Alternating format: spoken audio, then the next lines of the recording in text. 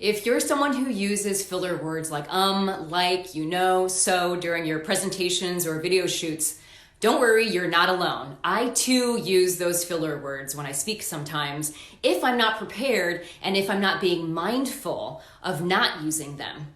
So last week I gave you a tip on how to start, the first step to take to minimize those filler words, and that is to record yourself, even just your voice, so you can catch those filler words and how many times you're saying them.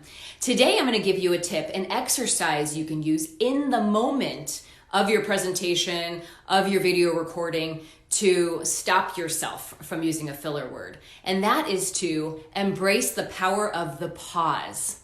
Filler words do just that. They're words that fill silence, and we need to accept the silence and be okay with it. The silence feels longer to you when you're speaking than it does to your audience. So give yourself that moment to pause and think about what you want to say next, instead of trying to fill that silence and that time with or or like, which makes you sound unprepared. The power of the pause also breaks up the monotony of your voice and causes your audience members to think, she's pausing, something's changing, something's different. So let me lean in and pay more attention to what she or he has to say.